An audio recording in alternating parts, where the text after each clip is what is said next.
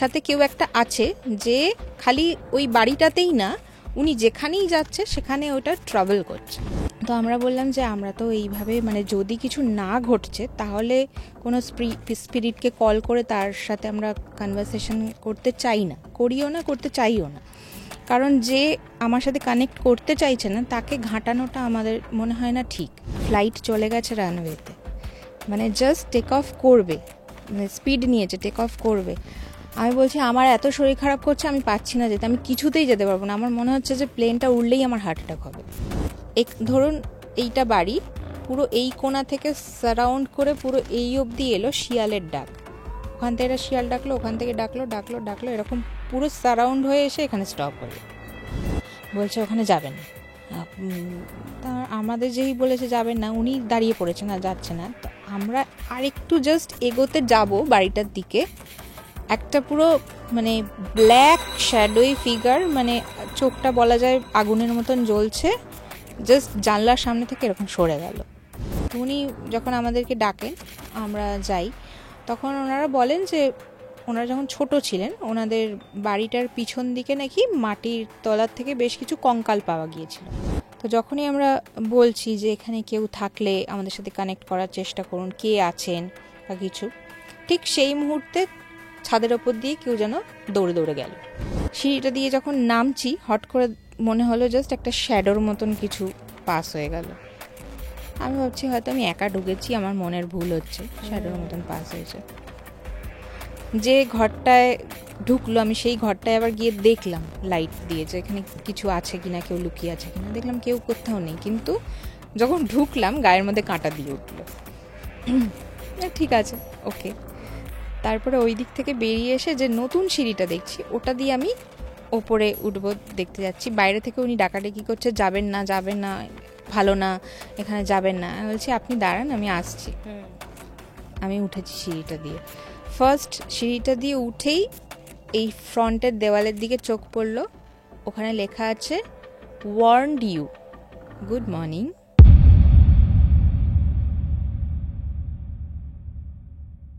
সঙ্গে সঙ্গীতায় আপনাদের সঙ্গে আমি সঙ্গীতা। আজকের এই পডকাস্টে আমাদের সঙ্গে রয়েছেন paranormal investigator Ishita Das Sanyal. Ishita paranormal ইনভেস্টিগেশনে বিভিন্ন জায়গায় যান এবং সেখানে গিয়ে তার বিভিন্ন এক্সপিরিয়েন্স হয়। সেরকম অনেক ঘটনা আজকের এই পডকাস্টে আপনাদের সামনে তুলে ধরবো। এছাড়াও জানবো কি কি গ্যাজেটস ইউজ করে বোঝা যায় যে সে জায়গায় কোনো এন্টিটি রয়েছে কিনা।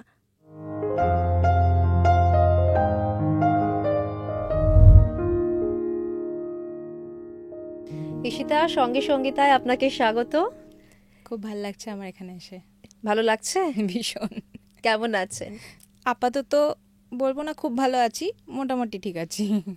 নতুন নতুন এক্সপিরিয়েন্স হচ্ছে? হ্যাঁ, সেইটার কারণেই আমি বললাম যে মোটামুটি ঠিক আছি। কেন? তাহলে একটা এক্সপিরিয়েন্স দিয়েই শুরু করা যাক আজকের পডকাস্ট। ঠিক আছে, বলছি। রিসেন্টলি অ্যাকচুয়ালি আমার একটা বড় অপারেশন হয়েছে, তো সেই জন্য আমার একটু উইকনেস আছে শরীরের মধ্যে। যেখান থেকে শুরু হয়েছিল ব্যাপারটা আমি সেখান থেকে তাহলে যাচ্ছি 3-4 মাস আগে এরকম।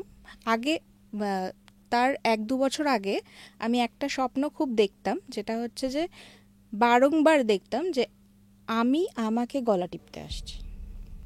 এটা আমাদের আমরা একটা ইনভেস্টিগেশন করেছিলাম, তারপর থেকে এই জিনিসটা আমার সাথে ঘটতো।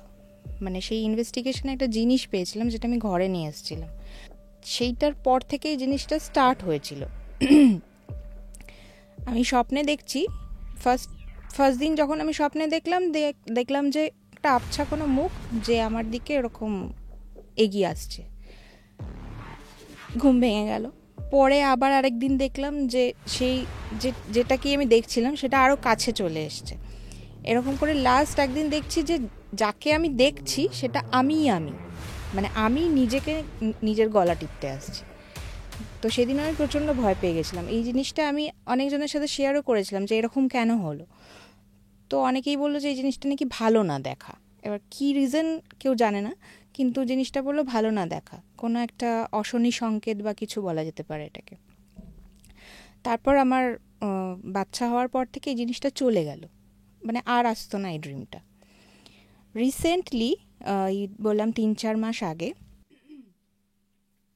আবার একটা আমার ড্রিম আসছে, যেখানে আমি দেখছি যে একটা জল থেকে একটা হাত বেরিয়ে আছে, আর যেন আমাকে মানে বলছে যে হেল্প করো, মানে এরকম করে আর্তনাদ করছে।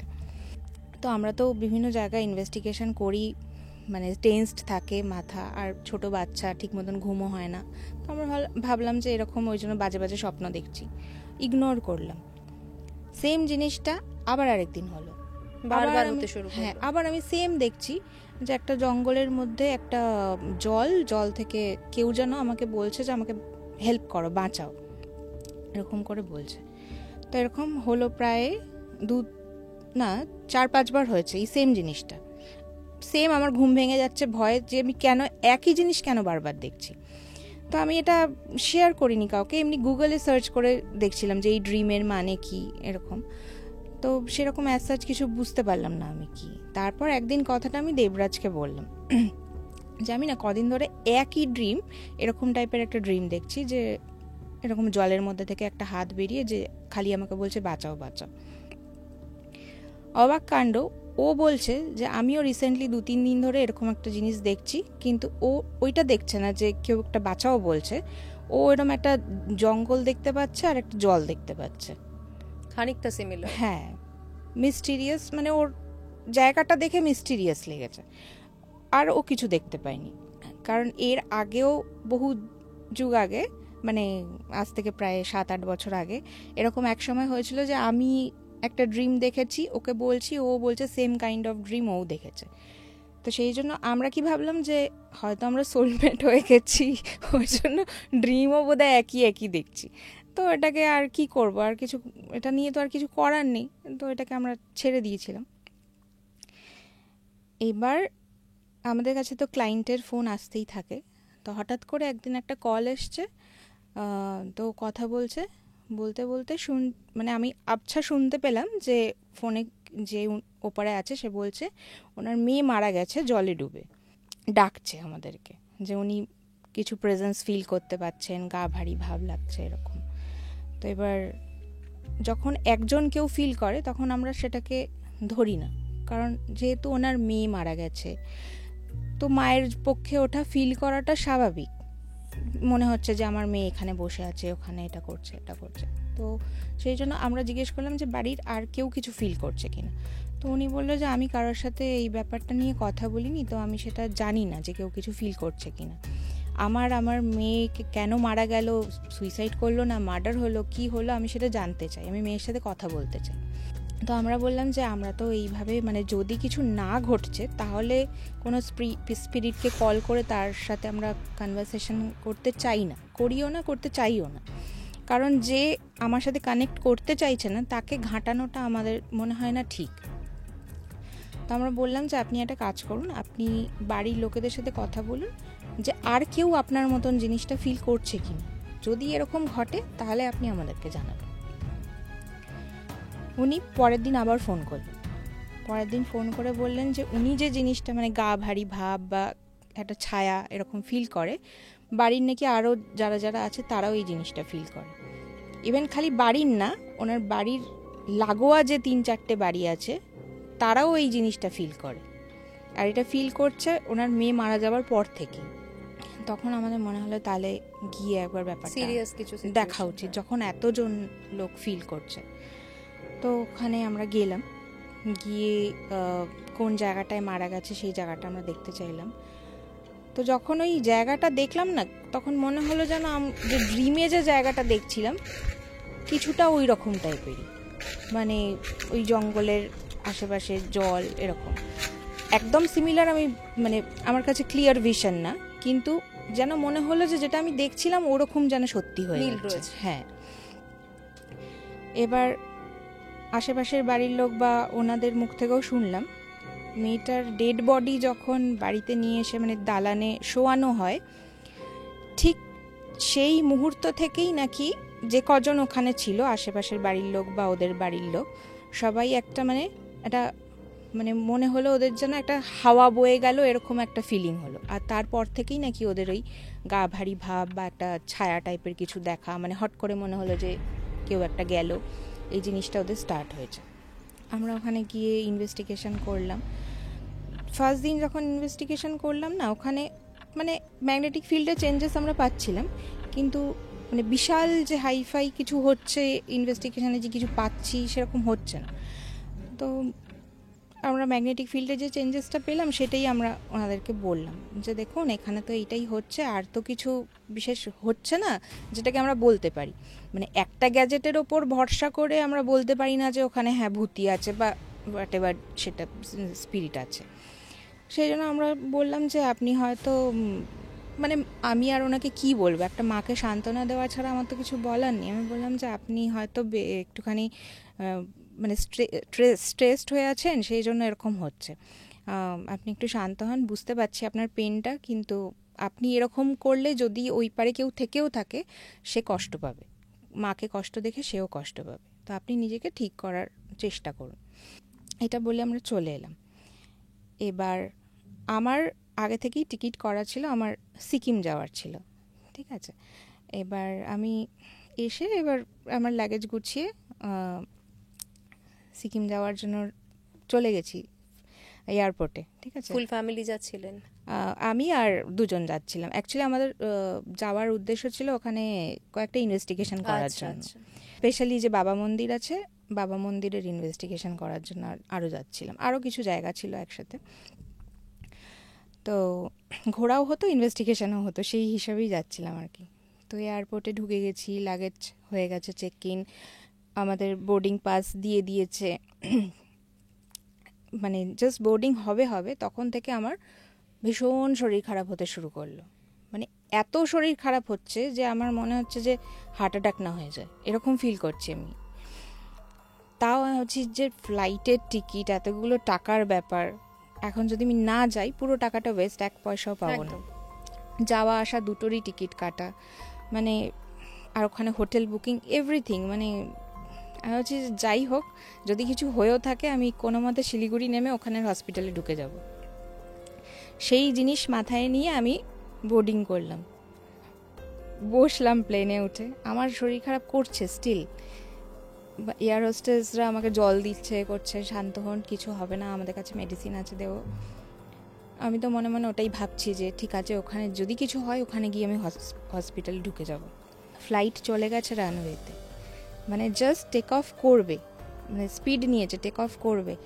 আমি বলছি আমার এত শরীর খারাপ করছে, আমি পাচ্ছি না যেতে, আমি কিছুতেই যেতে পারবো না। আমার মনে হচ্ছে যে প্লেনটা উড়লেই আমার হার্ট অ্যাটাক হবে। মানে আমার এইখান থেকে এই অবধি পুরো ঝিনঝিন ঝিনঝিন ঝিনঝিন করছে, আর মাথা প্রচণ্ড যন্ত্রণা করছে। আমি তখন ওকে ফোন করলাম, ও যাচ্ছিল না, ওখানেই ছিল, ওদের বাড়ি ওখানে দেবরাজ, তো ওখানেই ছিল। তা আমি ওকে ফোন করলাম, ও বললো যে তুমি এই রকম হেলথ কন্ডিশন নিয়ে তুমি যদি ফ্লাই করো, তাহলে ফ্লাই করলে আরও হার্ট অ্যাটাকের চান্স বেড়ে যায়। বাই এনি চান্স এয়ারে কিছু হয়ে গেল তাহলে তো কিছু করার থাকবে না, তো ওখানে তুমি ফিরে যাও, যেতে হবে না তোমাকে। এবার রানওয়ে থেকে ফ্লাইটকে ফিরিয়ে এনে আবার সেটার সাথে সিঁড়ি লাগিয়ে সেখান থেকে, মানে আমি এগুলো ভাবছি যে আমি কী করবো, আমি তো বুঝতে পারছি না। আমি লাস্ট মোমেন্টে আমি এয়ার হোস্টেসকে বললাম যে আমি যেতে পারবো না, আপনি আমাকে নামিয়ে দিন। রানওয়ে থেকে ফ্লাইট আবার ব্যাক করলো, লাগেজ নামানো হলো, আমাকে ওই সিঁড়ি লাগায়, সিঁড়ি দিয়ে নামিয়ে অ্যাম্বুলেন্স এলো, অ্যাম্বুলেন্সে করে এয়ারপোর্টের যে হসপিটাল থাকে সেখানে নিয়ে যাওয়া হলো। গিয়ে প্রিলিমিনারি যে টেস্টগুলো করার সেগুলো টেস্ট করা হলো, আমার কাছে রিপোর্টস আছে, ইসিজি বা আর প্রেশার হ্যান ত্যান যেগুলো করার, সেগুলো প্রিলিমিনারি করলো, কিচ্ছু বেরোলো না, নাথিং। তখন ওখানকার ডক্টর বললো যে ট্রপটি করতে হবে, ট্রপটি ওনাদের ওখানে হয় না, ট্রপটি করতে হবে, আপনি কোথাও গিয়ে এখন ট্রপটিটা করান। আমি ওখান থেকে আমাদের বাড়ির সামনে বেহালায় গিয়ে ট্রপটি প্লাস আরও বললাম যে আরও যদি কিছু টেস্ট হয় আপনি আমাকে করে দিন, যেগুলো দিয়ে কিছু হয়েছে কিনা ধরা পড়ে। আমি সেই মুহূর্তে বাড়িতেও যাইনি, জাস্ট ওখানেই লাগেজ নিয়ে গিয়ে সব টেস্টগুলো করালাম, করিয়ে বাড়ি গেছি। সেদিনকেই সন্ধ্যাবেলা না পরের দিন রিপোর্ট এসছে, প্রত্যেকটা রিপোর্ট নর্মাল, কোনো সমস্যা নেই ভেতরে? কোনো সমস্যা নেই। তাহলে কেন হলো এটা? কেন হলো উত্তর খুঁজে পাচ্ছি না যে কেন হলো। হঠাৎ করে ওই মহিলার ফোন, ভীষণ প্রবলেম হয়ে গেছে, আপনারা প্লিজ পারলে আজকেই আসুন। এবার ও তখন এখানে নেই, হচ্ছে আজকেই আসুন, কি করে যাব আমি আজকে একা একা, বা আমার টিম মেম্বার্সদের সাথে আমি যেতে পারি, কিন্তু ও তো নেই। এইসব ভাবতে ভাবতে বলছে যেভাবে হোক আপনি আসুন। তো আমি বললাম যে আমাকে একটা দিন টাইম দিন, আমি কালকে আসছি। ওকে এমার্জেন্সি বললাম যে এরম ডাকছে, তুমি আসো। ও এমার্জেন্সি ওখান থেকে বাসে করে চলে এলো। তারপরের দিন আমরা গেলাম, ওখানে গিয়ে বলছে যে ওখানে ভয়ঙ্কর অ্যাক্টিভিটি শুরু হয়ে গেছে, মানে শরীর খারাপ হয়ে যাচ্ছে লোকেদের, মানে ওনার বাড়ির লোকেদের। তখন আমরা আবার ওই প্লেসটায় গেলাম ইনভেস্টিগেশন করতে। সেই দিন আমাদের গ্যাজেটসে এত রিডিং ধরা পড়লো যে মানে তখন আমাদের এটা মনে হচ্ছিল যে তাহলে কি এই কারণেই আমার মানে এত বড় জার্নিটা বাধা পড়ে গেল। মানে একটা ফ্লাইটকে রানওয়ে থেকে ফিরিয়ে আনার, মানে কার যদি নর্মাল শরীর খারাপ বা গ্যাস হয়ে থাকে, সে কখনো রানওয়ে থেকে ফ্লাইটকে ফিরিয়ে আনবে না, যার এতগুলো টাকা লেগে আছে। সেখানে গিয়ে আমাদের বাকি গ্যাজেটসগুলোতে তো সব এলোই। একটা ইভিপি হয় আমাদের, যেটাতে সাউন্ড ক্যাপচার হয়। তো সেখানে খুব লো ফ্রিকোয়েন্সি সাউন্ড, যেমন ব্যাটরা যেরকম সাউন্ডে কথা বলে ওরকম সাউন্ড ধরা পড়ে। এবার সেই সাউন্ডটাকে অ্যাম্পলিফাই করলে বোঝা যায় যে কি আওয়াজ আসছে। তো ইভিপিতে আমাদের একটা সাউন্ড ধরা পড়লো, যেটা পরে গিয়ে মানে অ্যাম্পলিফাই করে আমরা কিছুটা বুঝতে পারলাম যে ওখানে মানে বন্দি বা মানে ট্র্যাপড এরকম টাইপের কোনো একটা কথা আসছে। তো তারপরে আমরা ওনাদের ওখানে গিয়ে আবার আশেপাশের মানে যারা বয়স্ক লোক আছে তাদের থেকে আমরা জানার চেষ্টা করলাম যে মানে এখানে কি এই জলটার সাথে কি কিছু হয়েছিল, মানে আগের কি কোনো পাস্ট হিস্ট্রি আছে। তখন বলছে যে ওই জলটায় নাকি প্রায়শই কেউ না কেউ মারা যায় ডুবে। বলে যে ওই জায়গাটায় পার্টিকুলার ওই জলটার সামনে গেলে নাকি একটা কি বলবো ড্রাউজিনেস লাগে, একটা কেমন অক্সিজেনের কমি লাগে, এরকম লাগে, যার জন্য লোকেরা মানে হ্যালুসিনেট বলবো না, মানে শ্যাডোই ফিগার দেখতে পায়। মানে এটা রিয়েল না, ওটা হয়তো ভাবে, আর যে কারণে ওই জলের কাছে তো জিনিসটা কোনোভাবে হয়তো পড়ে যায়। আরেকটা গল্প বললো ওখানকার খুব বয়স্ক যিনি, উনি বললেন যে কোনো এক সময় নাকি একটা তান্ত্রিক ছিল যে নাকি মানে খুব বাজে ক্রিয়াকর্ম করতো। তো তাকে একবার কেউ ধরে ফেলে গ্রামের লোকজনরা, তখন ওর যে জিনিসগুলো দিয়ে ক্রিয়াকর্ম করতো সেই জিনিসগুলোকে নাকি কি মন্ত্র করে ওই জলের মধ্যে ঢুকিয়ে দিয়েছিল। তারপর থেকে নাকি ওই জায়গায় হামেশাই এরকম হয়, মানে সেই পুরানো জমানা থেকে এখনও। তখন আমি রিলেট করলাম আমাদের পাড়াতেও আমি শুনেছি ছোটোবেলায় যে এরকম একটা জায়গা আছে, এরকম জলাশয়, যেখানে নাকি প্রায় দিনই কেউ না কেউ মারা যায়। মানে কেউ ওই জলের কাছে গেলেই মনে হয় যেন পা ধরে কেউ টানছে আর ডুবে মারা যায়। এরকম ধরনের কিন্তু অনেক জায়গা আছে, অনেক ঘাট রয়েছে নদীর বা অনেক পুকুর রয়েছে এরকম, যেখানে গেলে মানে যেখানে প্রতি বছরই 2-3 জন করে মারা যায়, এরকম ধরনের ঘটনা ঘটে। হ্যাঁ, এবার ওখানে উনি তান্ত্রিকের কথাটা বললেন, আর আমরাও ইভিপিতে ওরকম একটা জিনিস পেলাম। কিন্তু স্টিল যদি সায়েন্টিফিক ওয়েতে আমরা চিন্তা করি তাহলে কিছু কিছু সময় মানে এরকম জলাশয়ের ধারে মিথেন গ্যাস উৎপত্তি হয়, যে কারণে ওই ড্রাউজিনেসটা ক্রিয়েট হয়, কারণ ওখানে অক্সিজেন লেভেলটা কমে যায় যদি আমি সায়েন্টিফিক ওয়েতে যাই। কিন্তু সায়েন্টিফিক ওয়েতে গেলেও গ্যাজেটসে যেটা এলো সেটার সাথে, মানে যেটা ইভিপিতে এলো সেটার সাথে আমি আবার মেলানো যাচ্ছে না। তো যেটা ঘটলো আমি সেটা তোমাকে বললাম, যে এই ঘটনাটার পর থেকেই যেন কেমন সব চেঞ্জ হয়ে গেল। শরীর খারাপ কি পরে আবারও হয়েছিল? পরে আবার হলো যখন আমার নেক্সট আমরা গেছিলাম দার্জিলিং। সেই দার্জিলিং যাওয়ার পরে আমরা একটা ইনভেস্টিগেশন করি, সেটার পরে আবার একটা অন্যরকম কিছু ঘটলো। তার মানে এই যে ঘটনাটা, এটার রেশ কি তাহলে ওই দার্জিলিং পর্যন্ত গেল না, ওটা একেবারে ডিফারেন্ট একটা ঘটনা? সেটা মেলাতে পারছি না, মানে ওইটা আলাদাইভাবে ঘটছে নাকি এটারই সাথে ওটার কোনো কানেকশন হয়ে গেছে, সেটা মানে নিজেরাও বুঝতে পারছি না।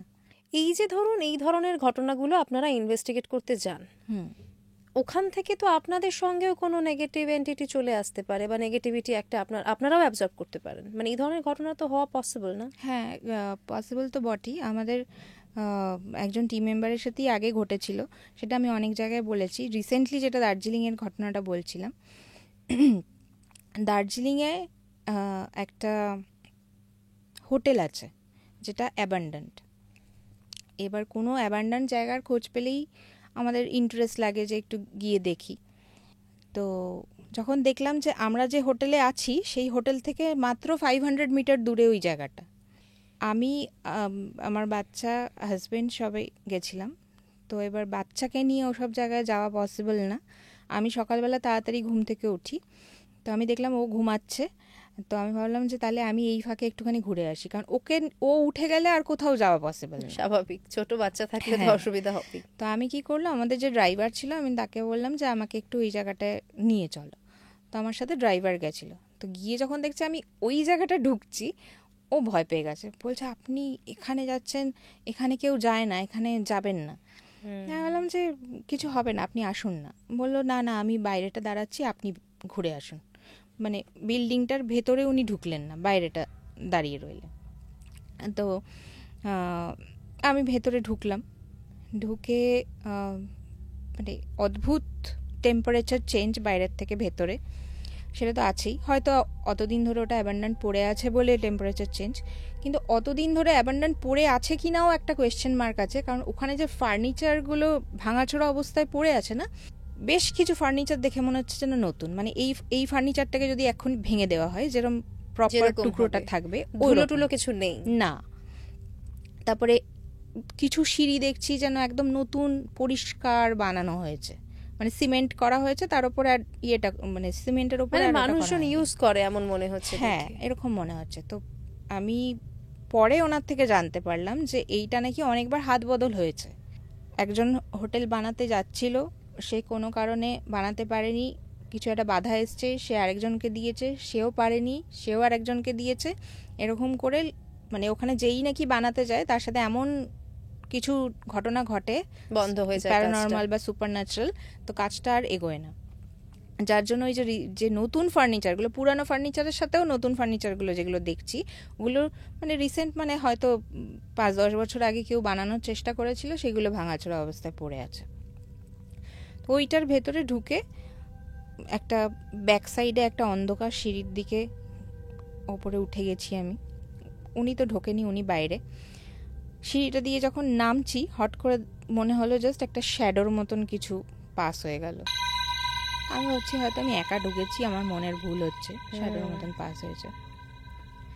যে ঘরটায় ঢুকলো আমি সেই ঘরটায় আবার গিয়ে দেখলাম লাইট দিয়ে যে এখানে কিছু আছে কিনা, কেউ লুকিয়ে আছে কিনা। দেখলাম কেউ কোথাও নেই, কিন্তু যখন ঢুকলাম গায়ের মধ্যে কাঁটা দিয়ে উঠলো। ঠিক আছে, ওকে।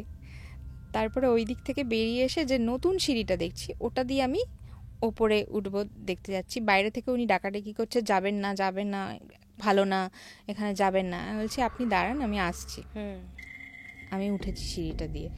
ফার্স্ট সিঁড়িটা দিয়ে উঠেই এই ফ্রন্টের দেওয়ালের দিকে চোখ পড়লো, ওখানে লেখা আছে ওয়ার্নড ইউ, গুড মর্নিং। দেখে না আমার তখন কী করে, তখন বাজে হয়তো সকাল 7টা। আমি তখন ভাবলাম যে কী হলো, মানে এরকম কেন লেখা আছে। আমি সকালবেলা এসছি, ড্রাইভারটাও বারণ করছে। হোটেলে এরকম কিছু লিখে রাখার তো কোনো কারণ হতেই পারে না। জাস্ট লেখা আছে, ভিডিওতে আছে, ওয়ার্নড ইউ, গুড মর্নিং। আমার তো, আমি বলছি আমার এখনই গায়ে কাটা দিচ্ছে। একা একা আমার তখন ভয়ও লাগছে, মিথ্যা কথা বলবো না, আমার সত্যিই ভয় লাগছে, কিন্তু স্টিল মনে হচ্ছে ঠিক আছে, যাই, যা হবে হবে। আমি উঠে গেছি, গিয়ে ফ্রন্টের দিকে গিয়ে সব দিক দেখলাম, দেখে টেকে মানে আবার যখন বেরিয়ে নিচে নামবো, লেফট সাইডে আরেকটা গিয়ে ওরকম করিডোর আছে, এরকম অন্ধকার। ওই দিকটা গিয়ে ভাবলাম দেখি যে কিছু আছে কিনা, তো ওখানে কিছু সেরকম দেখতে পেলাম না। যখন ব্যাক করছি তখন জাস্ট মনে হলো যে কেউ একটা পাস করলো আবার। হ্যাঁ, তো আমি তখন নিচে নেমে এসেছি। নিচে নেমে দেখছি ড্রাইভারটা ভয়েতে দৌড়ে দৌড়ে এসে ওই নিচের পোর্শনটায় দাঁড়িয়েছে, দাঁড়িয়ে বলছে যে এক্ষুনি কি হলো আপনি জানেন না। আমি কী হলো? পাশে একটা প্লাস্টিক নিচে পড়া ছিল, বলছে প্লাস্টিকটা এরকম উঠলো আবার পড়ে গেল। মানে সে রীতিমতো ভয় পেয়ে গেছে। গিয়ে দেখছি সে বিড়বিড় করে মন্ত্র পড়ছে, হনুমান চালিসা না এরকম টাইপের কোনো মন্ত্র পড়ছে। বলছে আপনি এখান থেকে চলুন। তো যাই হোক, ও ভয় পেয়ে গেছে বলে আমি বেরিয়ে গেছি। বেরিয়ে গিয়ে ও বলছে আপনি দেখছেন এই যে ওই বিল্ডিংটার জাস্ট বাইরে প্রায় 7-8টা কুকুর বসে আছে। বলছে আপনি দেখছেন এই ঠান্ডার মধ্যে একটা কুকুরও ভেতরে গেছে, একটা কুকুরকেও আপনি দেখছেন। নর্মালি ভাঙাচোরা বাড়ি হলে তো ওরা ভেতরে গিয়ে ভেতরেই একটু যায়, শেল্টার নেবে। হ্যাঁ, সব কটা কুকুর লাইন দিয়ে এখানে বসে আছে, কেউ দরজার ভেতরে ঢুকছে না। বলছে এখানে কেউ আসে না, আপনি এখানে কেন এসেছেন, আপনি এখান থেকে হন্টেড চলুন। হোটেল। তার মানে এরকম ধরনের ওরা জানে, লোকাল মানুষরাও হয়তো হ্যাঁ, জানে। মানে ড্রাইভারটা তো লোকালি, তো ওই জন্যই বলছে। তো যাই হোক, ওখান থেকে তারপর চলে আসি। ওইটা একটা ঘটনা। তারপরে ওই দার্জিলিং থেকে ওই দিকের একটা রাস্তা আছে যেখানে নাকি খুব অ্যাক্সিডেন্ট হয়। তো আমরা দার্জিলিং থেকে কালিম্পং যাচ্ছিলাম। ওই ড্রাইভারকেই বললাম যে এখানে এরকম কোনো একটা রাস্তা আছে যেখানে নাকি খুব অ্যাক্সিডেন্ট হয়। কারণ কদিন আগে আমি আরেকজনের মুখেও শুনেছিলাম, উনিও বলেছিলেন যে ওনারা ওই রাস্তা দিয়ে আসতে গিয়ে অ্যাক্সিডেন্ট হয়েছিল। তো আমার ইচ্ছেই ছিল ওই জায়গাটা একটু যাব। তো আমি বললাম যে তাহলে আমাদেরকে ওই রাস্তাটা একটু দেখাবেন যে কোন জায়গাটায় এরকম জিনিসটা হয়। তো উনি যেতে যেতে আমাকে দেখালেন যে এই এই এরিয়াটার আশেপাশে যে জায়গাটা আছে এখানে এরকম হয়। তো আমি বললাম যে ঠিক আছে, তাহলে আপনি একটু দাঁড়ান, আমরা একটু ভিজিট করতে চাই জায়গাটায়। মানে একটা জঙ্গলের লাগোয়া রাস্তাটা, ওখানে ওই রাস্তাটায় বলে যে দিনের বেলা হোক বা দুপুরবেলা হোক বা রাত্রিবেলা হোক, ম্যাক্সিমাম ড্রাইভার বা তার পাশে যে থাকে মানে বিনা কারণে তার চোখে ঘুম চলে আসে। এটা কিন্তু আমিও শুনেছি নর্থ বেঙ্গলে গিয়ে অনেক ড্রাইভারের মুখে। হ্যাঁ, আর তখনই নাকি অ্যাক্সিডেন্ট হয়। এবার আমাকে যে বলেছিল তারও অ্যাক্সিডেন্ট হতে হতে বেঁচেছিল। মানে ঘুম চলে এসছে, মানে সে দুপুরবেলা ঘুম চলে এসছে, একটা গাড়ির সাথে ধাক্কা হতে হতে বেঁচেছে এরকম। তো ওই জঙ্গলের মধ্যে যাই, আমরা দেখতে থাকি যে মানে কেন হচ্ছে, ওখানে কি ব্যাপার। একটা জায়গায় আমরা খুব ফ্রিকোয়েন্সি পাই, যে যে এখানটায় বেশি ফ্রিকোয়েন্সি পাচ্ছি তাহলে এখানেই কিছু ব্যাপার হবে। তো ওখানে বেশ ভেতরটায় গিয়ে না একটা মূর্তি দেখতে পেলাম। এবার মূর্তিটা কীরকম আমি বলছি, আমার কাছে ছবি আছে, আমি দেখাবো। মাথায় কঙ্কালের মুখ, 4-5টা কঙ্কালের মুখ, আর এরকম দাঁত বের হওয়া, মানে এরকম টাইপের একটা উইয়ার্ড মূর্তি, যেটা দেখলেই ভয় লাগবে। মানে আর দেখে মনে হচ্ছে যে ওটাকে কোনো মানে ক্রিয়া করা হয়েছে, মানে পুজো টুজো বা এরকম সামথিং কিছু করা হয়েছে ওখানে। তো ওইটা আমরা দেখতে পেয়ে আমরা কি করি যে কিছু একটা উইয়ার্ড কিছু পেলে আমরা নিয়ে আসি। তো ওই মূর্তিটাকে নিয়ে আসছিলাম, যেই মাত্র মূর্তিটাকে নিয়ে ব্যাক করছি, আমার হাতের মধ্যে মানে হওয়া শুরু হয়ে গেল, কি বলবো, ইনফেকশন হওয়া শুরু হয়ে গেল। সাথে সাথে সেরকম চাকা চাকা চাকা চাকা ইনফেকশন শুরু হয়ে গেল, মানে অ্যালার্জি টাইপের বেরিয়ে গেল হাতে। তারপরে আমি যখন ড্রাইভারের কাছে এলাম, বললো যে এটা তো ইনফেকশন হয়েছে, এটা কি করে হলো? বললাম জানি না, হঠাৎ করে হলো। তখন ও মানে জল টল দিয়ে মুছে দিল, ডেটল ছিল লাগিয়ে দিল। বললাম যে হতেই পারে, জঙ্গলে হয়তো হয়েছে, ছেড়ে দিলাম ওটাকে ভাবা। ও মা, জাস্ট কিছুক্ষণ পরে দেখছি ইনফেকশনটা এইখানে হাত থেকে এই দিকে হচ্ছে, পেটের মধ্যে। ওটাকেও আমরা ওই ডেটল দিয়ে একটু অ্যালোভেরা জেল ঠেল দিয়ে রাখলাম। বাড়িতে এসে দেখছি সেম ইনফেকশন পায়ে হচ্ছে, জিনিসটা ছড়াচ্ছে, মানে এখানে কমে যাচ্ছে তো এখানে হচ্ছে, এখানে কমে যাচ্ছে তো এখানে হচ্ছে। সেই করতে করতে সানডে ছিল একটা, আমরা ফিরে এসেছি, তারপরে একটা সানডে ছিল। আমার ভয়ঙ্কর পেটের যন্ত্রণা শুরু হলো ভোর 4টের সময়। আমি ওকে বলছি যে আমার প্রচণ্ড পেটের যন্ত্রণা করছে, ও বিশ্বাসই করছে না। ও বলছে তোমার গ্যাস ট্যাস হয়েছে, ইনো খাও। আমি বলছি না, আমাকে এক্ষুনি হসপিটাল নিয়ে চলো, আমাকে ইঞ্জেকশন নিতে হবে, আমার পেটের যন্ত্রণা কমছে না। তো ও ওষুধের দোকান খুঁজতে গেল, তখন কোনো ওষুধের দোকান খোলা পাচ্ছে না যে পেন কিলার বা কিছু আনবে। তখন ভাগ্য ভালো যে আমাদের একজন চেনা ছিল, সে বললো কাছেই একটা নর্মাল নার্সিংহোম আছে, ওখানে নিয়ে গিয়ে দেখো যদি ওরা কোনো ইঞ্জেকশন দিতে পারে। তো ওই 6টার সময় আমরা ওই নার্সিংহোমটায় গেছি, পাড়ারই ছোটোখাটো নার্সিংহোম। ওখানে গেছি, আমাকে একটা পেন কিলার দিল, দুটো ওই ড্রটিন গ্যাসের ওষুধ কি সব দুটো ইঞ্জেকশন, মানে 3টে ইঞ্জেকশন দিল, হাতে চ্যানেল করলো, হাতে একটা দিল, আর দুটো কোমরে দিল। তাও ব্যথা কমছে না। মানে 1 ঘন্টা বলছে যে একটু ওয়েট করতে হবে, কমে যাবে।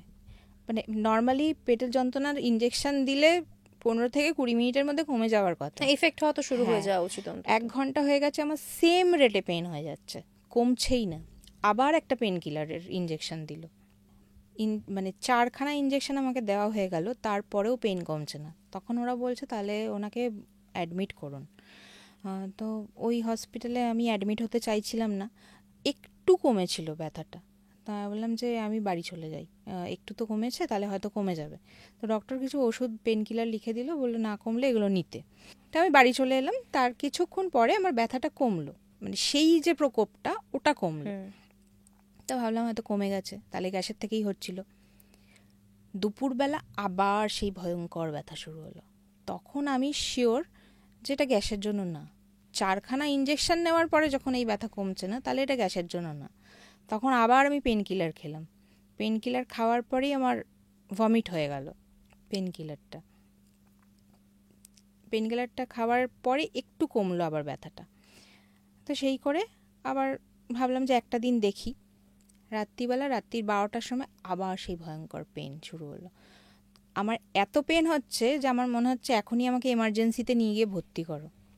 তখন আপনারা কোথায়, মানে শিলিগুড়িতে? না না, তখন আমরা এখানে কলকাতায় চলে এসেছেন অলরেডি। আচ্ছা।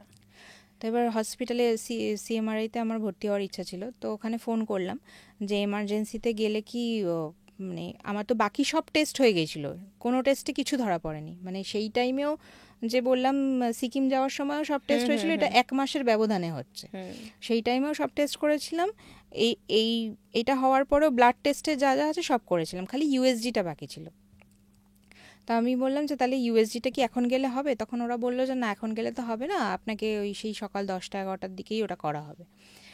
তো এখন গেলে সেই পেন কিলারই দেবে। তাই ভাবলাম তাহলে আমি সেই পেন কিলার খেয়ে বাড়িতেই থাকি, সকালেই যাব হসপিটাল।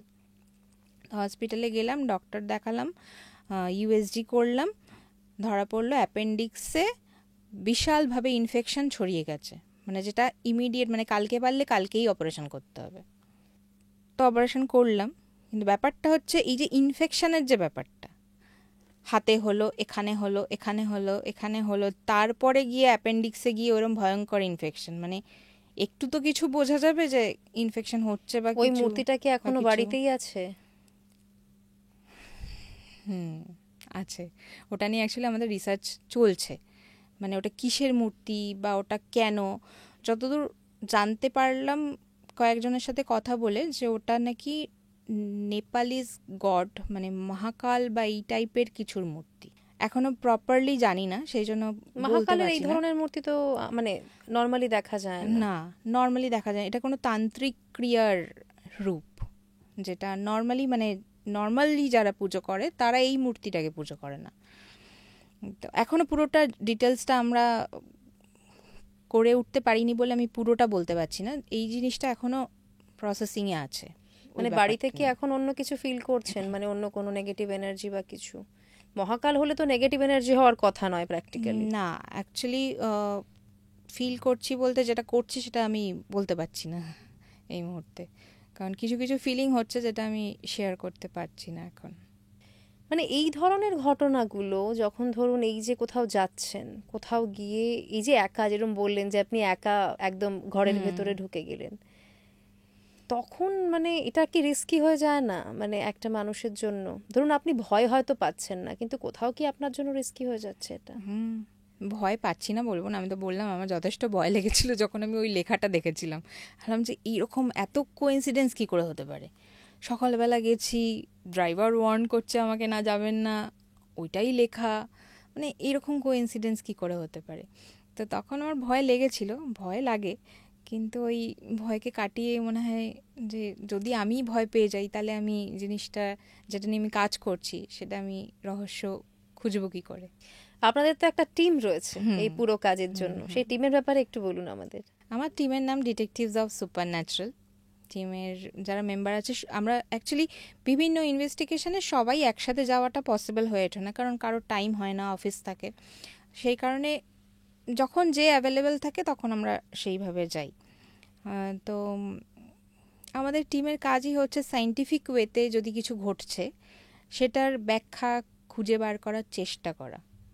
আমরা কাউকে জোর করে বিলিভ করাতে চাই না, করাচ্ছিও না। মানে আমার সাথে যেগুলো ঘটেছে আমি আজকেও সেগুলো শেয়ার করলাম। আমি বলছি না যে তোমরা বিলিভ করো কি না করো, কিন্তু আমি তো জানি, কারণ কেউ তো যেচে 4টে ইঞ্জেকশন খাবে না, কেউ যেচে নিজের হাতে ইনফেকশন করবে না। তো যেগুলো ঘটেছে, বা সব থেকে বড় কথা যেটা, কেউ যেচে নিজের এতগুলো টাকা লাগানো আছে সে ফ্লাইট ব্যাক করিয়ে সে ফেরত চলে আসবে না।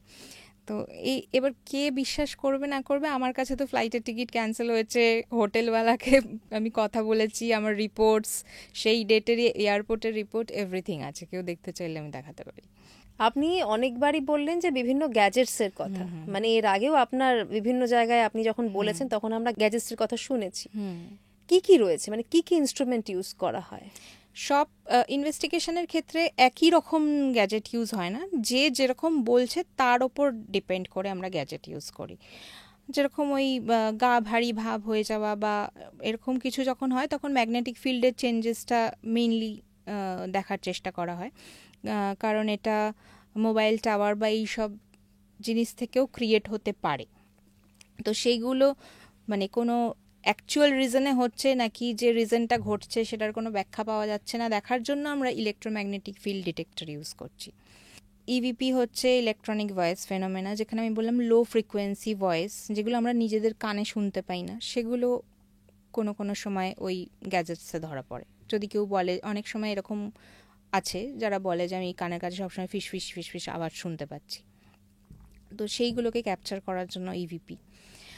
তারপরে আমাদের থার্মোমিটার আছে, হটস্পট কোল্ড স্পট যেটা তৈরি হয় সেটাকে ডিটেক্ট করার জন্য। কেউ, এই যে বললাম যে আমি কেউ একটা হাওয়ার মতন পাস করে গেছে, ওনারা ফিল করেছেন, গরম হাওয়া হোক বা ঠান্ডা হাওয়া হোক, তো সেই যে টেম্পারেচারটা সত্যিই কি ওখানে টেম্পারেচার ডাউন হলো নাকি ওটা ওনার মনের ভুল, সেই জিনিসটা ডিটেক্ট করার জন্য। মানে এই ঘরটার পুরোটার টেম্পারেচার কি দেখাচ্ছে, আপনার ওখানে টেম্পারেচার কি দেখাচ্ছে, এগুলো ডিটেক্ট করার জন্য থার্মোমিটার, এক্সটার্নাল থার্মোমিটার ইউজ করা হয়। মানে সবগুলোই সায়েন্টিফিক গ্যাজেট, আর এনভায়রনমেন্টাল যে চেঞ্জেস আছে সেগুলোকে পরিমাপ করার চেষ্টা করা হয়। ভূত ধরার জন্য এগুলো ব্যবহার করা হয় না। কোনো স্পিরিট বা কিছু আনন্যাচারাল কিছু থাকলে যে এনভায়রনমেন্টাল চেঞ্জেসগুলো হয় সেগুলো কতটা সত্যি হচ্ছে নাকি আমার মনের ভুল, সেইটা ধরার জন্য এই গ্যাজেটসগুলো ইউজ করা হয়। লেজার গ্রিড লাইট হয়, যেখানে কোনো একটা অন্ধকার জায়গায় কেউ ধরুন বলছে শ্যাডো দেখতে পাচ্ছি, তো শ্যাডো যে পাস করবে, লেজার গ্রিড লাইটটা যদি আমরা কোনো একটা জায়গায় রেখে দিই, দিয়ে দেওয়ালের দিকে হয়তো গ্রিডটা করলাম, যদি কিছু পাস করে তো ওইখানে দেখা যাবে। এরকম কেউ হয়তো বলছে যে আমি পায়ের শব্দ শুনতে পাচ্ছি, তো সেই জায়গায় আমরা কি করি, পাউডার এক্সপেরিমেন্ট করি। আচ্ছা, পাউডার ছড়িয়ে দিই, তারপর আমরা স্পিরিট কল করি। যদি ওই পাউডারের মধ্যে মানে এক্সটার্নাল কোনো ফোর্স ছাড়া যদি ওই পাউডারটা কিছু হলো, তাহলে ধরে নিতে হবে যে ওটা স্পিরিট দ্বারাই হলো।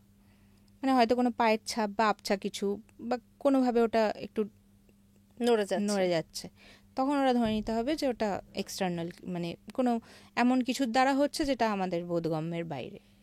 স্পিরিটরা কি কমিউনিকেট করে কোনোভাবে? হ্যাঁ, কমিউনিকেট তো করেই, মানে ওরকমভাবে না। আগেকার দিনে যেটা লোকেরা ইউজ করতো, যেটাকে ওইজা বোর্ড বলা হয়, বেসিক্যালি একটা বোর্ড যেটার মধ্যে সব কিছু লেখা থাকতো, আর যে একটা প্ল্যান্ট থাকতো যেটাকে মানে দিয়ে মুভ করিয়ে দেখা হতো। তো সেইটার মাধ্যমে আমাদের আগেকার যারা ছিল ওনারা করতেন। এখন যেহেতু আপডেট হয়েছে সব কিছু, সেই জন্য আমরা যে গ্যাজেটসগুলো ইউজ করছি সেগুলোর মাধ্যমে আমরা চেষ্টা করি কমিউনিকেট করার। সেরকম একটা আছে ইকোবক্স। ইকোবক্স হচ্ছে রেডিও ফ্রিকোয়েন্সির টিউনিংয়ের মাধ্যমে মাঝে মাঝে আমাদের সামনে একটা করে সাউন্ড আসে। যখন আমরা রেডিও চেঞ্জ করে, আগে যেমন রেডিও আমরা ঘোরাতাম তখন একটা করে সাউন্ড আসতো, তো সেই জিনিসটাই মোবাইল অ্যাপের মাধ্যমে, ইকোবক্সের মাধ্যমে হয়, যেটাকে স্পিরিট বক্সও বলা হয়। তো সেই 5 সেকেন্ড বা 10 সেকেন্ড অন্তর অন্তর একটা করে রেডিও টিউনিংয়ের মাধ্যমে সাউন্ড আসে। এবার যখন কোনো আমরা ইনভেস্টিগেশনে যাচ্ছি, ওই গ্যাজেটটা যখন আমরা ইউজ করছি, কোনো স্পিরিটকে যদি আমরা কল করছি, তো তাকে ধরো আমরা কোনো প্রশ্ন করলাম, এবার সেইটার উত্তরটা ইন্টেলিজেন্টভাবে ওখান থেকে এলো। মানে ধরো আমি জিজ্ঞেস করলাম যে আমার সামনে যে বসে আছে তার নামের প্রথম অক্ষরটা তুমি বলতে পারবে, হয়তো তোমার নামের প্রথম অক্ষরটা উঠে এলো। দ্যাট মিনস ওটা কোনো ইন্টেলিজেন্ট ফোর্স দ্বারা ম্যানিপুলেট করা হচ্ছে, মানে ওদিক থেকে কেউ কমিউনিকেট করার চেষ্টা করছে। মানে এরকম না যে ভূতের গলায় কথা আসছে, কথাটা আসছে রেডিও ফ্রিকোয়েন্সির মাধ্যমে। হয়তো আমরা জিজ্ঞেস করলাম যে আমি এখন যে জামাটা পরে আছি কালারটা বলতে পারবে, হয়তো তখনই এলো ব্ল্যাক। দ্যাট মিনস ওটাকে কেউ ম্যানিপুলেট করছে। মানে এরকম একদম চোখের সামনে দেখেছেন এরকম হতে? মানে আমাদের একটা ইনসিডেন্ট বলা যাবে? আমি বলছি, মানে আমাদের সাথে তো এরকম হয়েইছে। আমি হয়তো লোকে বলবে যে ওরা নিজেরা করছে, কিছু ভুলভাল বলছে। তো আমি ওই জন্য একটা ইনসিডেন্ট এমন বলছি যেটা আমাদের ছাড়া একজনের সাথে ঘটেছে। সেটা হচ্ছে রেডিও মির্চির যে অগ্নি আছে, অগ্নি আমাদের সাথে একটা ইনভেস্টিগেশনে যেতে চেয়েছিল। তো আমরাও খুব এক্সাইটেড ছিলাম, রেডিও মির্চিতে এরকম একটা শো হবে। তো আমাদের সাথে ইনভেস্টিগেশনে গেছে, ওর ক্যামেরা পার্সন ছিল। তো এরকম আমরা ইনভেস্টিগেশন করছি, ও প্রসিডিওরগুলো দেখছিল। এবারে যখন ইকোবক্স সেশনটা করি তখন ওকে আমরা বলি যে তুমি এমন কিছু প্রশ্ন করো যেটা হয়তো তুমিই জানো বা তোমার চেনা পরিচিত লোকরা জানে, আমরা জানি না, সেই রকম দেখো কোনো ইন্টেলিজেন্ট অ্যান্সার পাও কিনা। তো ও তখন অনেক রকমই প্রশ্ন করছিল যেটার উত্তরও ইন্টেলিজেন্টলি ওটার থেকে পাচ্ছিল। তো সেই জন্য ওর অবাকই লাগছিল যেটা কি করে হলো। তো তারপরে ও নিজের পুরো নামটা জিজ্ঞেস করে যে যেই আছো সে কি আমার পুরো নাম বলতে পারবে। তো তখন আসে অগ্নিজিৎ সেন। মানে আমরা তখন জানতাম না যে ওর নাম অগ্নিজিৎ সেন, আমরা সবাই ওকে মির্চি অগ্নি বলেই জানতাম। তো আমরা ওকে জিজ্ঞেস করলাম এটা কি তোমার নাম? বলছে হ্যাঁ এটাই তো আমার নাম। তো মানে এইরকম ইন্টেলিজেন্ট অ্যান্সার তখনই আসতে পারে যদি ওটা কেউ মানে ইন্টেলিজেন্ট কোনো ফোর্স ওটাকে ম্যানিপুলেট করতে পারে, না হলে ওটা আসা পসিবল না। তো সেইটা একদম সচক্ষে প্রমাণ ওনারা পেয়েছিলেন। তো এরকম আমাদের কেসে তো হতেই থাকে। এটা আমি বললাম যেহেতু আমাদের ছাড়াও একজন পেয়েছে, সামনে আরেকজন ছিলেন। এটা দেখতে পাচ্ছেন সেই বাড়ি থেকেই আমরা 15-20 মিনিট আগে বেরিয়েছি। আমরা দুজনেই ইকুয়ালি ঘামছিলাম। For a good 10 minutes we had a one on one with a proper supernatural presence. আমরা ছাদের উপরে ধুম টাক ধিসঠাস আওয়াজও শুনেছি। আমি জাস্ট বলছি মহারাজ ছিল ক্যামেরার পেছনে, he was the director of photography. ওর রিয়াকশনটা বলছি। যখন এটা সিনটা কাট হলো 10 মিনিট ওয়ান অন ওয়ান কনভারসেশনটা পরে ভাই যা করার হয়ে গেছে। আমি খালি ভাবছি যদি মানে ওপরে পড়ছে, যদি আমার ক্যামেরার ওপর কিছু পড়ে। একটাই কনসার্ন ওর জীবনে, মহারাজের জীবনে ওর নিজের প্রাণ চলে গেলেও কোনো অসুবিধা নেই, ক্যামেরাটার যেন কোনো ক্ষতি না হয়। মানে ক্যামেরাটা মানে আমি ভাবি চাইটা যদি ওপরে তো পড়ছে, আপনি আছেন। এই যে যখন ধরুন ঠিক করলেন যে এই ধরনের একটা কাজ করবেন, হাজব্যান্ড ওয়াইফ দুজনে মিলেই কাজটা করছেন, দুজনেরই প্যাশন, তো প্রথম দিকে যখন এটা শুরু করলেন, এই যে গ্যাজেটসগুলো ইউজ করা শুরু করলেন, তখনকার সময়ে কি ভয়ঙ্কর কোনো ঘটনা ঘটেছে যেটা আজও মনে রয়েছে? ঘটনা অ্যাকচুয়ালি অনেকই ঘটেছে, কিন্তু মানে মনে দাগ কেটে যাওয়ার মতন ঘটনা আমাদের ডাউহিলে ঘটেছিল, যেটা সবাই জানে, আমি আর ওটা বলছি না। আর তারপরে যেগুলো আমি বলছি ডিমনিকটাও মোটামুটি সবাই জানে। এখন যেটা বললাম এটা কেউ জানে না, এটা আমি ফার্স্ট টাইম এখানেই বললাম কারণ রিসেন্ট ঘটনা একদম।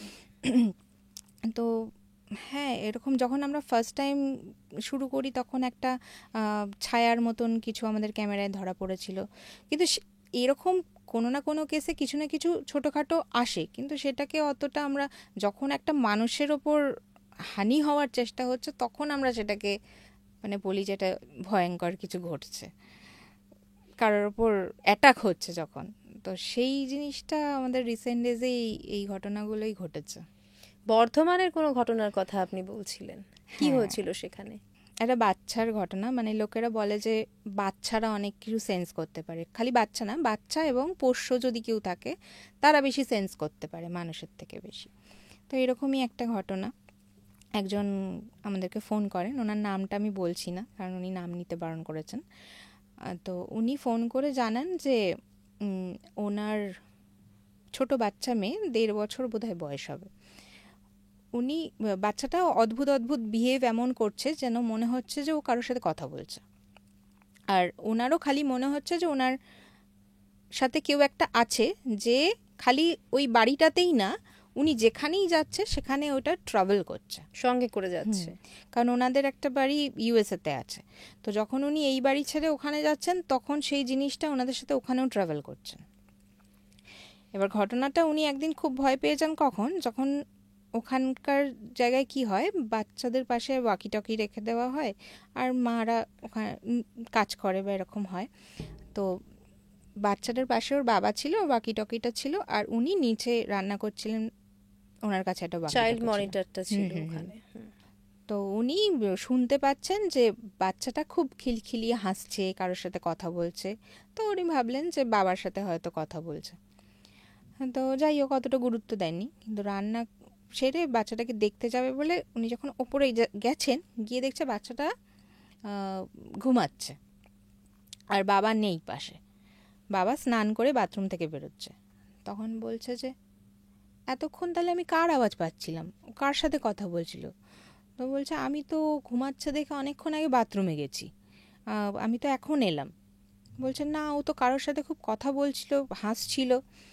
তখন ওনার খুব ভয় লেগে যায়। উনি ওখান থেকে কলকাতা মানে বর্ধমানে চলে আসেন। চলে এসে বোধহয় আমাদের কথা কোনোভাবে উনি জানতে পারেন, তো আমাদেরকে ডেকে পাঠান। ওনার ওই বাড়িতে ঢোকার পরেই আমাদের একটা ভীষণ গা ভারী ভাব ফিল হয়। তো যাই, একদম পরিষ্কার পরিচ্ছন্ন বাড়ি, কোনো এরকম না যে কোথাও নোংরা আছে সেখান থেকে কোনো গন্ধ আসছে বা কিচ্ছু নেই। গেছি, কিন্তু স্টিল একটা কেমন একটা আনক্যানি টাইপের ফিলিং হচ্ছিল। তো ওখানে আমরা ইনভেস্টিগেশন করি, মানে ওনাদের থেকে সব যখন শুনলাম যে বাচ্চাটা এরকম কারোর সাথে কথা বলে, জানতে পারলাম যে বাচ্চাটা ওনার যে দিদার ফটোর দিকে তাকিয়ে খালি কথা বলে। একদিন নাকি বাচ্চাটার মুখে দিদার ছোটবেলার নাম শুনতে পায়, যেটা ওনার অবাক লেগেছিল যে আমার মায়ের ছোটবেলার নাম ও কী করে জানবে। সেটা নিয়ে তো আমরা কোনোদিন ঘরে আলোচনা করব না যে বাচ্চা কোনো কথা শুনে বলেছে বা কিছু, ওই নামটা ওর মুখ থেকে কি করে বেরোলো। তো ওনার মনে হতে থাকে যে ওনার মা ওনার সাথে আছেন। এবার ঘটনাটা উনি বলেন যে ওনার মা খুব মডার্ন, মানে এরকম ছিলেন, মানে বাচ্চাদের সাথে খুব ফ্রেন্ডলি মিলেমিশে থাকতে পছন্দ করতেন, নাতনিকে ভীষণ ভালোবাসতেন। কিন্তু ওনার হঠাৎ করে ক্যান্সার ধরা পড়ে। এবার ক্যান্সারের ট্রিটমেন্ট ম্যাক্সিমাম ক্ষেত্রেই ফেলই হয়, বাঁচানো যায় না। তো সেরকমই মানে ওনার লাস্ট ডেজ চলছিল, কিন্তু উনি কিছুতেই মানে যেতে চাইছেন না। মানে বারবার মেয়েকে বলছে যে আমি ওকে বড় করে দিয়ে তবেই মরবো, আমি যাব না এখান থেকে। তো হসপিটালে মায়ের মানে সবাই বুঝতে পারছে যে ডাক্তারও বলে দিয়েছে যে ওনাকে কিছু করার নেই। কিন্তু ওর মা নাকি লাস্ট মুহূর্তে, মানে মারা যাওয়ার আগের মুহূর্তেও বলেছে ওর মেয়েকে যে তুই পারতিস আমাকে বাঁচাতে, তুই আমাকে বাঁচালি না, আমি কিন্তু তোর মেয়ের সাথে সবসময় থাকবো, আমার ওকে বড় করে দিয়ে যাওয়ার ইচ্ছে ছিল, তুই আমাকে বাঁচালি না, এরকম বলে নাকি উনি মারা যায়। আর তারপর থেকেই এই জিনিসগুলো স্টার্ট হয়। খালি মনে হয় যে ওনার ঘাড়ের কাছে কেউ নিঃশ্বাস ফেলছে, বাচ্চাটার সাথে সবসময় আছে এরকম। কিন্তু ওনার সেটা তো ভালো লাগছে না, কারণ উনি দিন দিন মনে হচ্ছে যেন ওর বাচ্চাটাকে মা নিয়ে চলে যেতে চায়। তো সেটা তো ওনার পক্ষে মেনে নেওয়া সম্ভব না। সেই জন্য আমরা ইনভেস্টিগেশন যে প্রসিডিওরে করি, রেজাল্ট আসছে। কমিউনিকেশন যেটা ইকোবক্সের মাধ্যমে করি, আমরা করছি ইকোবক্সের মাধ্যমে। আমরা ওনাকেই বললাম যে আপনি প্রশ্ন করুন, এমন কিছু প্রশ্ন করুন যেটা আপনি জানেন আমরা জানি না, মানে কনফার্ম হওয়ার জন্য যে স্পিরিটের সাথেই কমিউনিকেট হচ্ছে সেটা ওনার মাই কিনা। অনেক কথাই জিজ্ঞেস করছে, মা তুমি আমাকে ছোটবেলায় কি নামে ডাকতে, তুমি আমাকে কি হেয়ার ব্যান্ড গিফট করেছিলে, এরকম টাইপের কোয়েশ্চেন। তো ঠিক একদম প্রপার অ্যান্সার আসছে। তো তারপরে উনি কমিউনিকেট করা স্টার্ট করেন যে তুমি কেন আমাদের সাথে আছো, কেন আমার মেয়ের সাথে তুমি এরকম করছো, আমার মেয়েকে ছেড়ে দাও, তুমি কি করলে তোমার আত্মা শান্তি পাবে বলো, আমি মেয়েকে নিয়ে ভালো আছি মা, তুমি চলে যাও। এরকম করে উনি কমিউনিকেট করতে করতে প্রায় কেঁদেই ফেলেন। তো বারবার একটাই অ্যান্সার আসছে, উনি যখনই বলছেন মা তুমি চলে যাও, খালি অ্যান্সার আসছে নো, মানে উনি যাবেন না। তো উনি লাস্টে কাঁদতে কাঁদতে বলছে মা আমি কি করলে, আমি গয়ায় গিয়ে পিণ্ড দিলে তোমার আত্মার শান্তি হবে, তুমি যাবে? তো ফাইনালি একটা আনসার এলো ইয়েস। এটা আমরা ইনভেস্টিগেশন করে এইটা পেয়েছিলাম। এবার আমরা তো ভূত তাড়াতে পারি না বা কিছু টোটকাও বলতে পারি না যে এটা করুন আপনার বাড়ি থেকে চলে যাবে। আমরা এইটা করেছিলাম। এবার তারপরে আমরা ওনার থেকে খোঁজ নিয়ে জানতে পারি যে উনি গয়ায় গিয়ে পিণ্ডদান করে আসেন এবং ওনার যে প্রবলেমগুলো হয়েছিল সেগুলো সব মিটে গেছে, এখন হ্যাপিলি ওনারা বাহ। আছেন।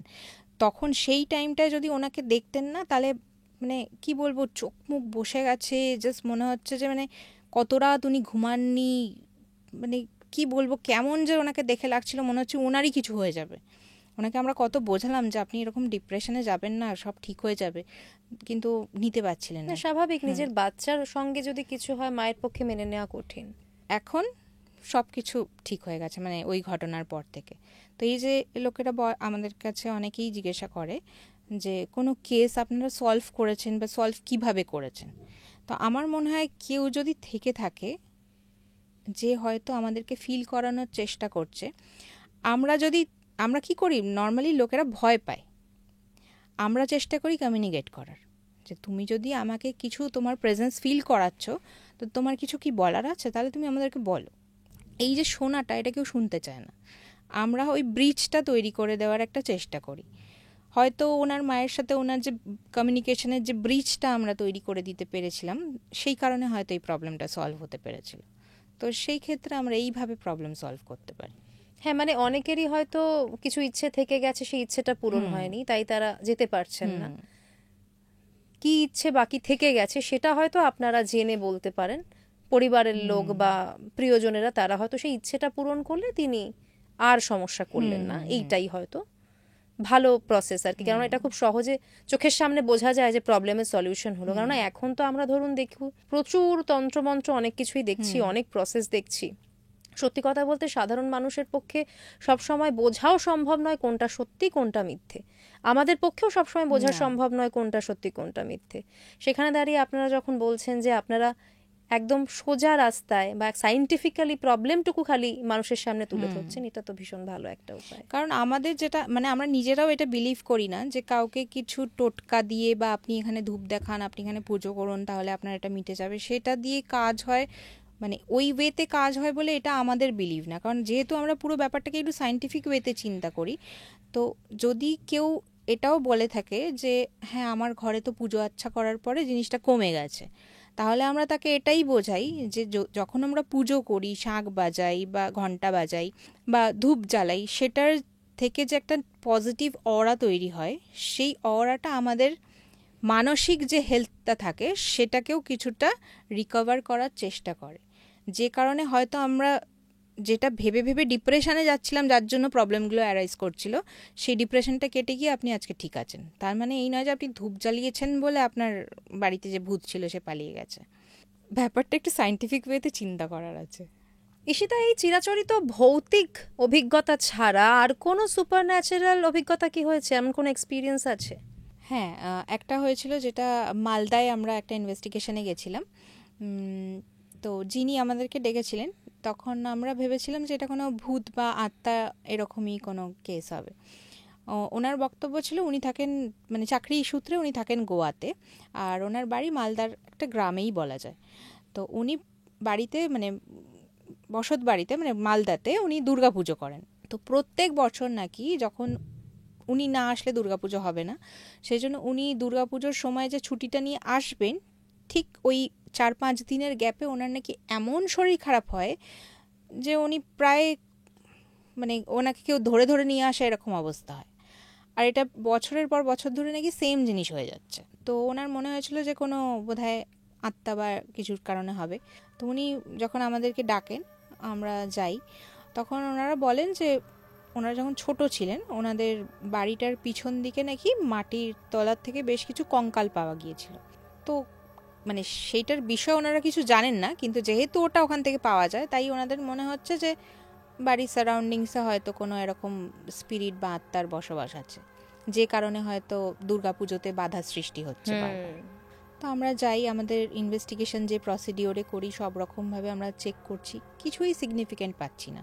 যে জায়গাটায় উনি বললেন যে কঙ্কালটা পাওয়া গেছে ওখানেও কিছু পাচ্ছি না, বা দুর্গা পুজোটা যেখানে হয় সব জায়গায় আমরা চেক করছি, বাড়ির সমস্ত দিকে, ছাদে নাকি হেঁটে যাওয়ার শব্দ শুনতে পাওয়া যায়, যত রাত বাড়ে মনে হয় যেন কেউ দৌড়ে দৌড়ে যাচ্ছে। তো সব রকমভাবেই আমরা চেক করছি, কিছুই সিগনিফিক্যান্ট পাচ্ছি না। এক সময় হঠাৎ করে মনে হলো যে ওনাদের পিছনে আমি দেখেছিলাম একটা মন্দির আছে, তো মনে হলো যে একবার ওই দিকটায় গিয়ে দেখি। তখন বাজে রাত 11টা। মন্দিরের ওখানে গিয়ে মন্দিরের সিঁড়িতে পা দেওয়া মাত্রই ইলেকট্রোম্যাগনেটিক ফিল্ড ডিটেক্টরে হাই রেটে ফ্লাকচুয়েশন দেখা দিতে শুরু করে।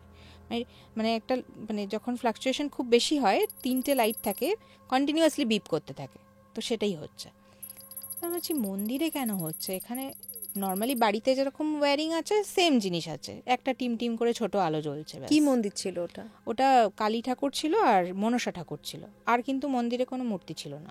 তো আমরা মন্দির ওদিক থেকে এসে ঘরে এসে ওনাকে জিজ্ঞেস করি যে এই মন্দিরটা এরকম হলো, এটার পিছনে কি মন্দিরটা প্রতিষ্ঠা কে করেন বা কি ব্যাপার আছে।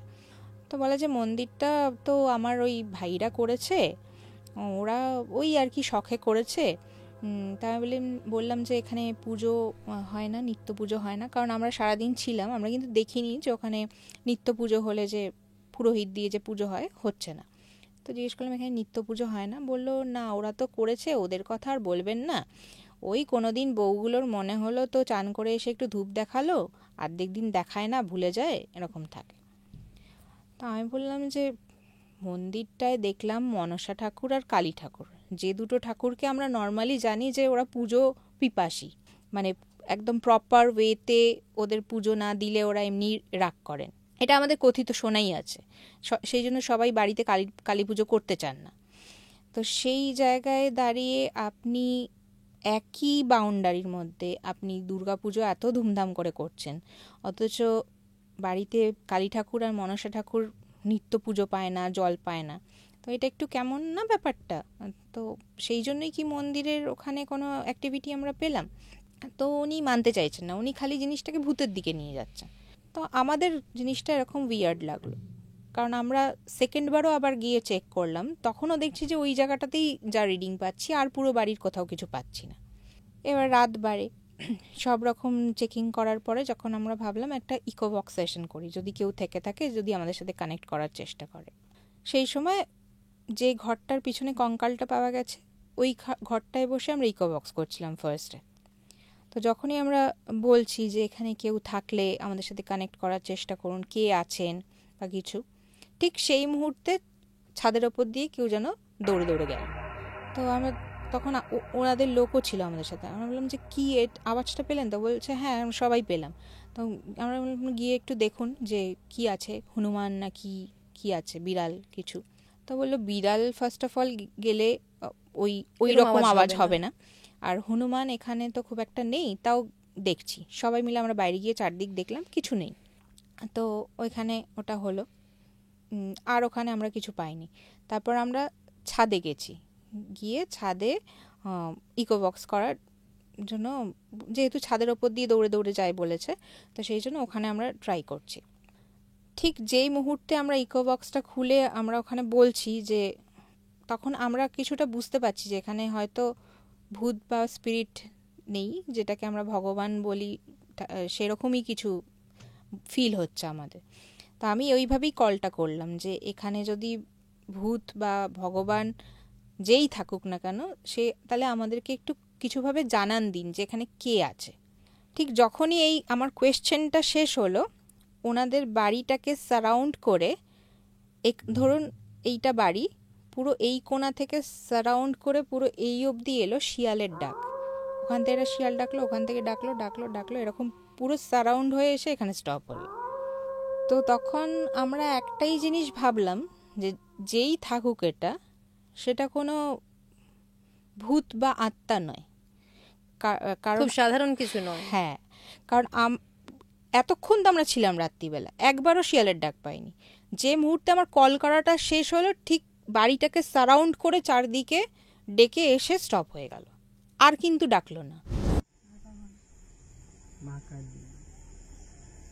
কানেকশনটা বুঝতে পারছো? সত্যি মা কালীর বাহন শিয়াল। শিয়াল, হ্যাঁ ঠিক। বাবা চারদিকে শিয়াল ডাকছে তো। ঠিক ছাদে ওঠার পরই আমাকে জানি না রেকর্ড হচ্ছে এটা।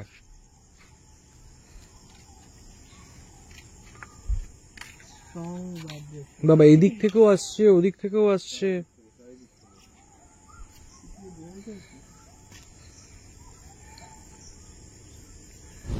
তো তখন আমরা মানে নিজেদের মধ্যেই একটা লজিক ভাবতে মানে ভাবার চেষ্টা করলাম যে আমরা জানি কালী ঠাকুরের বাহনকে, শিয়াল থাকে কালী ঠাকুরের সাথে সবসময়। আর কালী ঠাকুর বা মনসা ঠাকুর দুজনেরই যে পুজোর যে ব্যাপারটা, ওটা একটা নিয়ম নিষ্ঠা আছে যেটা না মেনে করা যায় না, যে কেউ বাড়িতে করতে পারে না।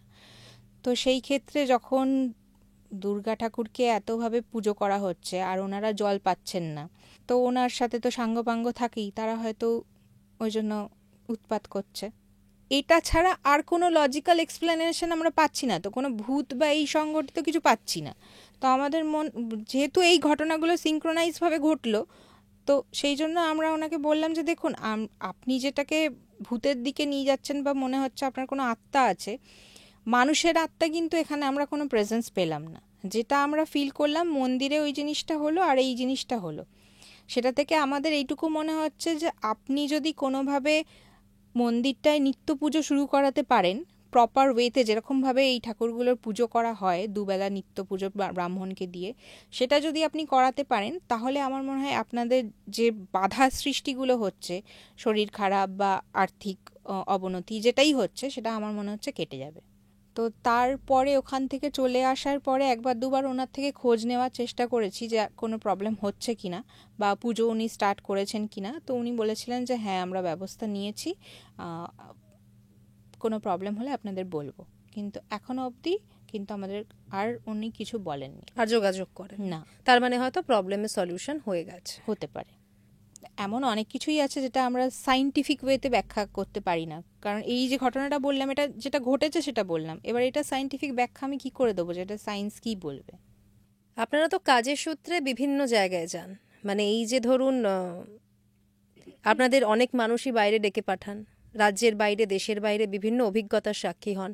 এরকম কোনো ঘটনা আমাদের দর্শকদের সাথে যদি একটু শেয়ার করেন। আমরা গেছিলাম দুবাইতে, অ্যাকচুয়ালি আমরা ঘুরতেই গেছিলাম, কোনো ইনভেস্টিগেশন করতে যাইনি। কিন্তু আমাদের মধ্যে ওই একটা ব্যাপার আছে, কোথাও গেলেই আমরা একটুখানি খোঁজ খবর নেওয়ার চেষ্টা করি যে এখানকার কোনো প্লেস আছে কিনা, বা থাকলে তার পেছনে কি স্টোরি আছে।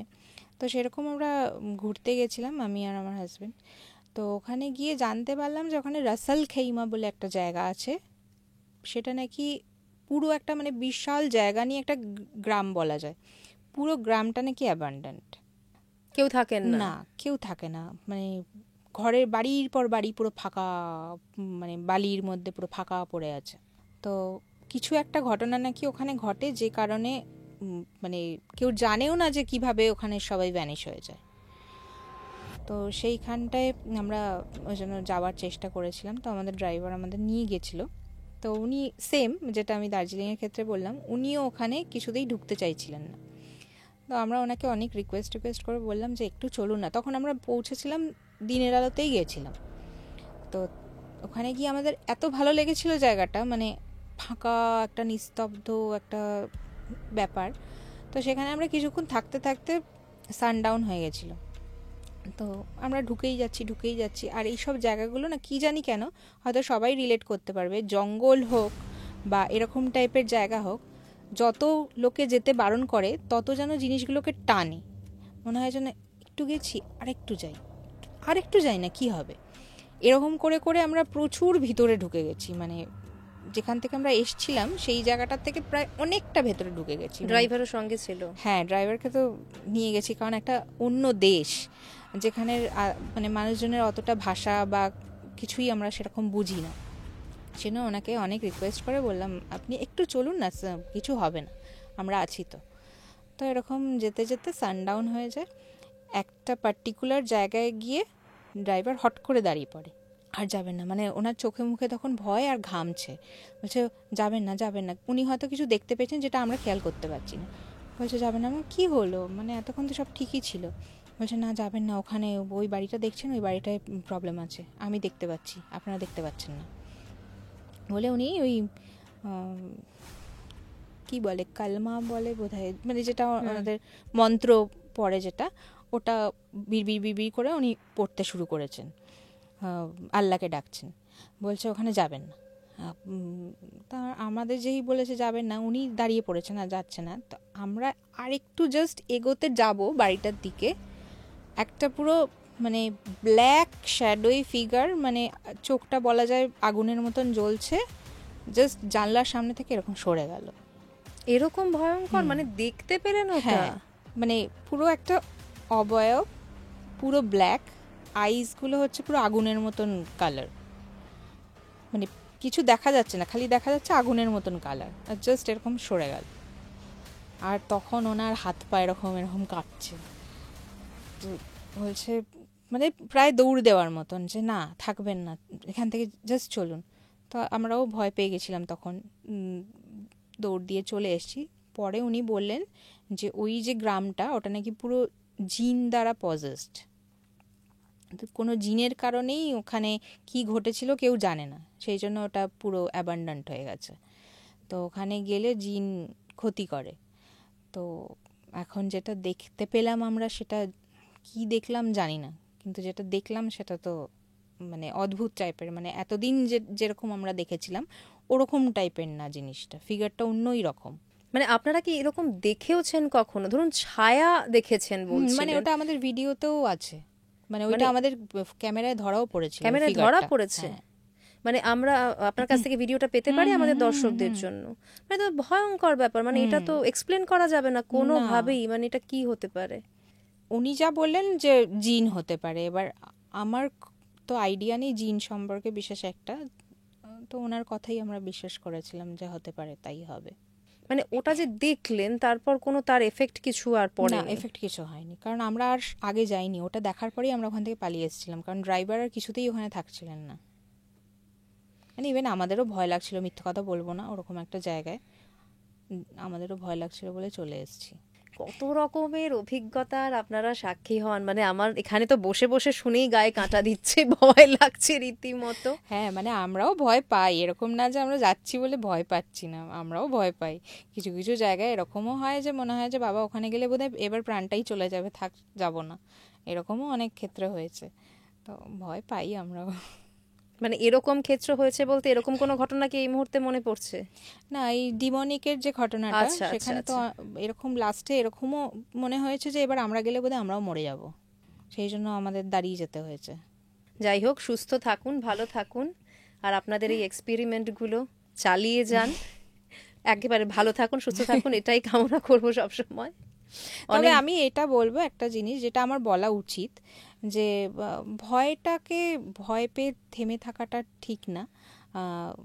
একটু সাহস যদি আমরা দেখাই, মানে কেউ যদি আমাকে পাশের ঘরে আওয়াজ করছে, আমি যদি তাকে সাহস জুগিয়ে বলি যে ঠিক আছে কি বলার আছে আমাকে বলো, আমি শুনছি, তাহলে হয়তো মনের ভয়টা অনেকটা কেটে যায়। সব ক্ষেত্রে হয়তো হয় না, কিন্তু ম্যাক্সিমাম ক্ষেত্রে আমরা ভয়টাকে ওভারকাম করতে পারলে সেটা আমার মনে হয় যে ওই জিনিসটা কেটে যায়। মানে এটা তো আমার নিজেরও খানিকটা এক্সপিরিয়েন্স আছে, অফ ক্যামেরা কথা হচ্ছিল, আমারও সেটাই মনে হয় যে কমিউনিকেশনের মধ্যে দিয়ে হয়তো অনেক প্রবলেমের সলিউশন চলে আসে এই ধরনের ঘটনাতে। কিন্তু এমন এমন স্পিরিট থাকে যারা, যেগুলো মানুষের স্পিরিট না, তারা ভয়ঙ্কর হয়, তাদেরকে ম্যানিপুলেট করা যায় না। সেই ঘটনাগুলো আবারও পরে শুনবো। আজকে অনেক ধন্যবাদ আপনাকে, মানে সত্যি অদ্ভুত সব ঘটনা।